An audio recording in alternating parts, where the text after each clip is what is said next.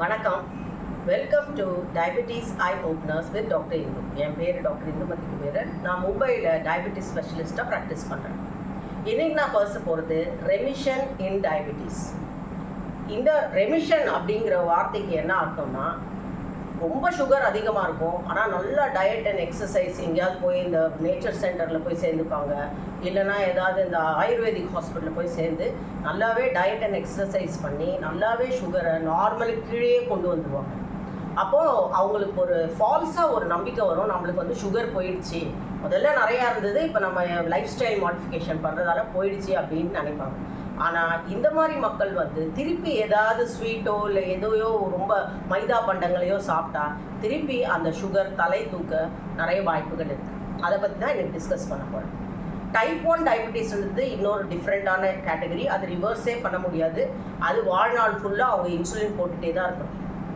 அதை பற்றி இப்போ நாங்கள் டிஸ்கஸ் பண்ண போகிறது. டைப் 2 டயபெட்டிஸ் பற்றி தான் இன்றைக்கி நான் உங்களுக்கு சொல்ல போகிறேன். டைப் 2 சர்க்கரை நோயில் வந்து அவங்களுக்கு வந்து இன்சுலின் சுரக்கும், கணையத்துலேருந்து இன்சுலின் நல்லாவே சுரக்கும், ஆனால் அந்த இன்சுலினை அவங்க உபயோகப்படுத்த முடியாது. இந்த மாதிரி டைப் 2 டயபெட்டிஸ் சர்க்கரை நோய்க்கு வந்து நிறைய இயற்கை வைத்தியங்களில் நிறைய சொல்யூஷன்ஸ் இருக்குது. ஆனால் எல்லா இயற்கை வைத்தியம் நீங்கள் என்ன போனீங்கன்னாலும், ஆயுர்வேதிக் ஹாஸ்பிட்டல் போனாலும் சரி, இல்லை நேச்சர் சென்டர் இங்கே நிறையா திறந்துருக்காங்க, அங்கெல்லாம் போனாலும் சரி, அவங்க வந்து ரொம்ப கம்மியாக தான் சாப்பிட்றதுக்கு கொடுப்பாங்க. 3 வேளையுமே ஒரு வேளை நீராகாரமாக கொடுக்குறாங்க, ஒரு வேளை ஃபுல்லாக சலாடு ஃப்ரூட் தான் கொடுக்குறாங்க, ஒரு வேளை தான் சப்பாத்தி கொடுக்குறாங்க.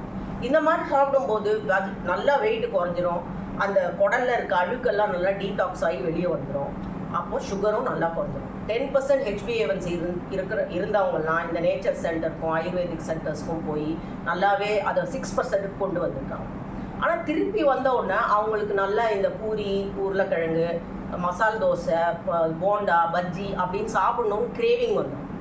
அந்த கிரேவிங்கை நீங்கள் அடக்க முடிஞ்சால் கண்டிப்பாக உங்களுக்கு டைப் 2 டயபெட்டிஸ் ரிமிஷன் ஆகிடுச்சு, அதாவது உங்கள் உடம்பை விட்டு போயிடுச்சு. ஆனால் நம்ம ஹியூமன் பீயிங்ஸ் அப்படி கிடையாது.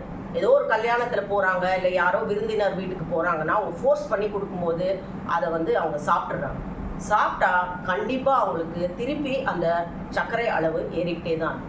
ஸோ நீங்கள் ஏதோ ஒரு நேச்சர் சென்டருக்கு போயிருக்கீங்க, இல்லை ஆயுர்வேதிக் டாக்டரோ இல்லை ஏதோ ஒரு ஹோமியோபதி டாக்டர்கிட்டையோ போய் வைத்தியம் பார்த்து நல்லாவே வெயிட்டை குறைச்சி நல்லா சுகர் லெவல்ஸை கண்ட்ரோலுக்கு கொண்டு வந்துட்டீங்கனாலும் நீங்கள் வந்து 3 மாதத்துக்கு ஒரு தடவை உங்களோட சர்க்கரை அளவை செக் பண்ணிகிட்டே இருக்கணும்.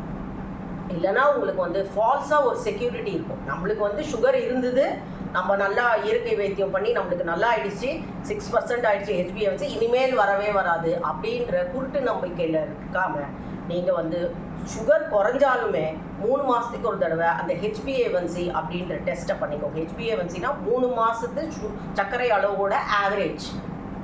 இல்லைனா உங்கள் வீட்லேயும் நீங்கள் குளுக்கோமீட்டர் வச்சு ஏதோ ஒன்று பார்ட்டிக்கு போயிட்டீங்க, ஏதோ ஒரு கல்யாணத்தில் போய் ஸ்வீட் சாப்பிட்டீங்கன்னா அடுத்த நாள் காலையில் ஃபாஸ்டிங் 2 மணி நேரத்துக்கு பிறகு சாப்பிட்ட பிறகு ஒரு பிபி, இந்த 2 சர்க்கரை அளவையும் பார்த்து நீங்கள் சர்க்கரை அளவு கூடி இருந்ததுன்னா உடனே உங்கள் மருத்துவரை அணுகி மருந்துகளை திரும்ப ஆரம்பிக்க வேண்டும். நன்றி, வணக்கம்.